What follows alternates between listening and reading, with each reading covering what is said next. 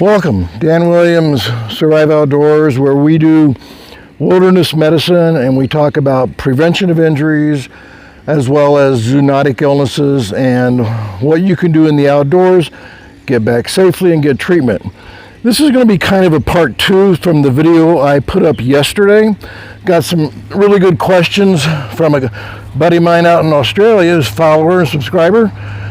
So what I'm going to talk about today, that video yesterday was specifically on splinting with a tad on reduction. Today we're going to talk about reduction of a dislocation and why do you do it and how do you do it. So I want to address benefit versus risk, comfort versus pain. Remember, these videos are not about you falling down the steps at home, dislocating your finger or possibly fracturing your finger, getting in the car and going to urgent care or the ED. That's not what we're doing here. We're talking about treatment and you're 3 days, 4 days, 5 days, a week out. What do you do?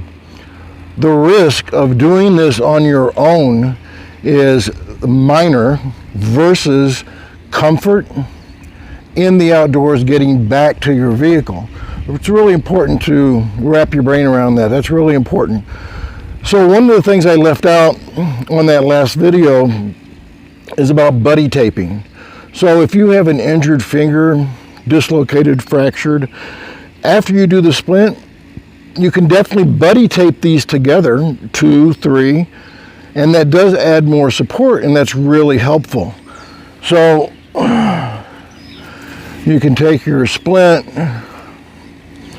and after you've done that, maybe one wrap around this finger, you then can take this and you can basically buddy tape. It's also very useful in fractured toes and so on and so forth, where you can buddy tape to the next toe and it really adds a lot of support. I'm starting to sound like Stevie Nicks today because I've got this little bit of a virus, COVID negative. The other thing you can do, if these 3 fingers here are injured, one of these 3, 2 of these 3, you can do something called a gutter splint, which is if you have a SAM splint or anything similar, you can take it and you can mold this, which is really nice, and you can make a splint of this nature, even encompass the wrist, and then wrap this like this, and you still have good access and movement to your index finger and thumb, and you can use that with your backpack and getting back and packing, carrying things like that. So these 3 fingers here, a gutter splint in this nature is really helpful and it still gives you some accessibility. Now obviously if it's your index finger or thumb, that's not going to happen. Reducing a dislocation or fracture. So what are we doing? So if this dislocation, let's go with this Pip joint. That's what that joint is called right here.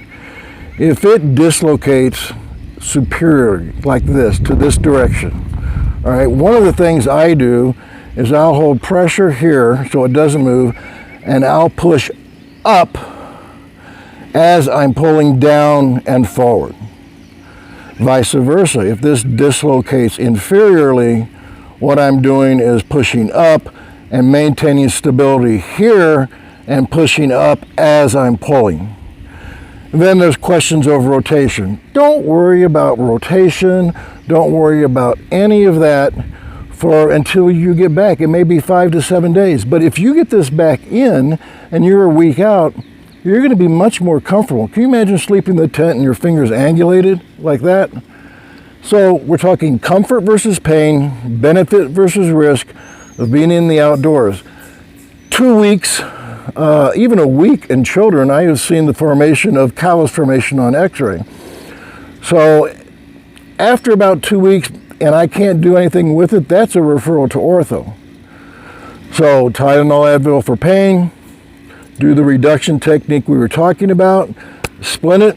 I'm going to put a link to part 1 where we talk about splinting below and hope this helps and clears up some questions.